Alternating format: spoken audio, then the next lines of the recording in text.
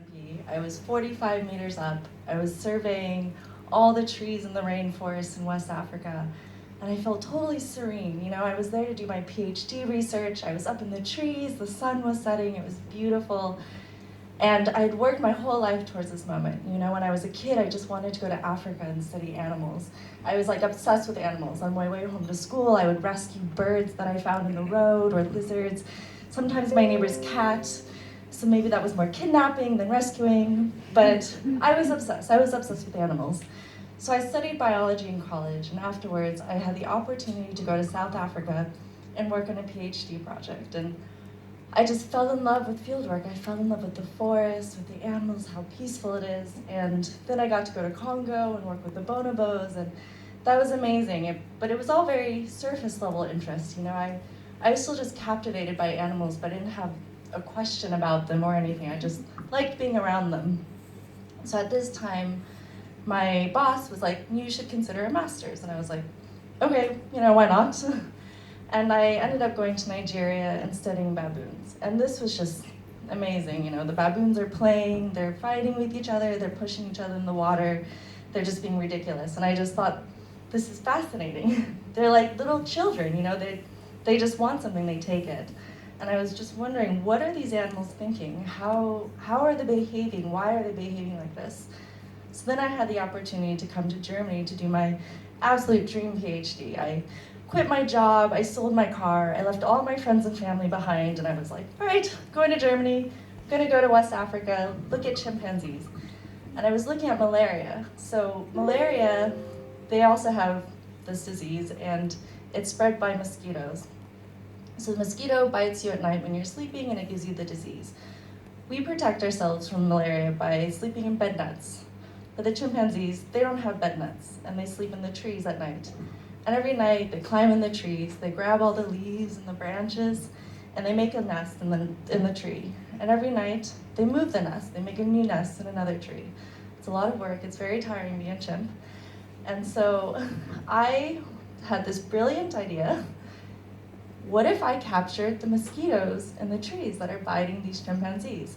I want to know if they choose their nesting site based on the abundance of mosquitoes.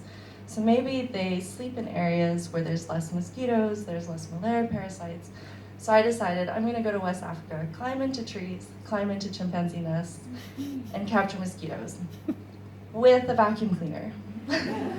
So I'm up in the tree with my vacuum cleaner, vacuuming all these trees, these chimpanzee nests. You know, I'm also doing this at night in the dark because that's when the mosquitoes are the most active. So vacuuming mosquitoes in the dark in West Africa, left all my friends and family behind. Brilliant, you know. But it's sunset, it's beautiful, it's serene, I'm doing my dream PhD. There's just one tiny little problem. I'm covered in chimpanzee poop. Like, it's in my hair, it's on my shoulders, it's really disgusting.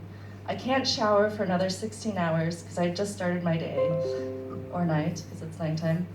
So before this, I was on the ground, and the chimpanzees were coming through, and I was watching them, and I felt like Jane Goodall, you know, with my little notepad, and I was like, oh, this is like perfect. You know, they're like playing here, there's some arguing, and then I hear this screaming above me, and I look up, and there's two chimpanzees, and they're fighting in the tree, and one of them is just shaking the branch, and the other one's holding on, just like, ah! Like freaking out. That's not a very good chimpanzee noise, sorry. But it's just like freaking out, and I like look up, and then I see some brown stuff coming towards me, and I was just like, oh, I don't know if I'm allowed to swear, but I swore, and I went like this, and it just splattered like all over me. Like it's just warm, hot. It doesn't smell too bad because I eat a lot of fruit. The cupboard, and I'm just like stunned, like, oh my god, this is disgusting. So I like peel off my shirt, I have some wet wipes, I'm like wiping myself down. And I'm like, all right, well, okay, I better start work. And I like climb up into the tree, and my field assistant, he's waiting up there with me with the vacuum cleaner. And he's like, oh, you look a bit rough. And I was like, yes, thank you for noticing. I've had a hard day. It's just beginning.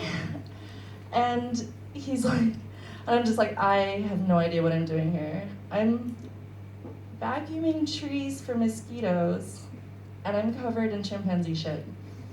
Great. But this is fieldwork, you know, fieldwork, it's hard, it's not glamorous, it's not, you know, what you see like Jane Goodall doing with like living clean and poised, and you know, it's dirty, it's a lot of gritty work, it's a lot of hard hours. It's what we call in America type 2 fun. So there's 3 types of fun, I don't know if you know this. Type 1 fun is fun while you're doing it, so it's very clear.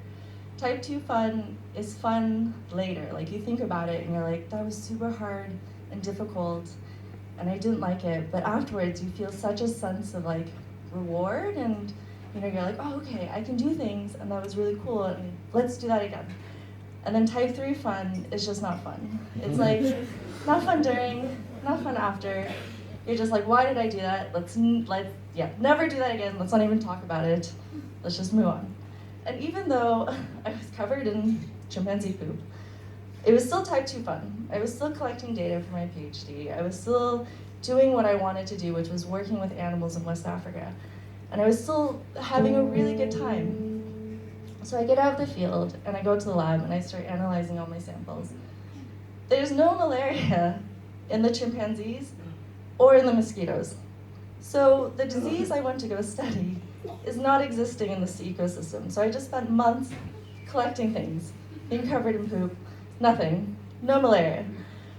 So I'm feeling pretty like disheartened at this point. It's now the PhD is kind of veering from type 2 fun into type 3 fun. You know, I'm not sure what I'm even doing, where I quit my job. I'm here, you know, away from all my friends and family. I have no really good data, and it's really difficult. And I was thinking about quitting for a while, but then my advisor, you know, they got together and they're like, okay, we can make something out of this data. We can still make it work. And you know, he said to me like, we're all just ants carrying our little piece of information towards this bigger goal, and you know, each part is really important. And that's actually what science is really about. You know, it's not about one person accomplishing some grand thing. We're all here working together towards a greater goal, and that's why I really love science, and that's why, even though you know you're covered in poop, you have no data, but you're still working towards something, and that's what I just really love.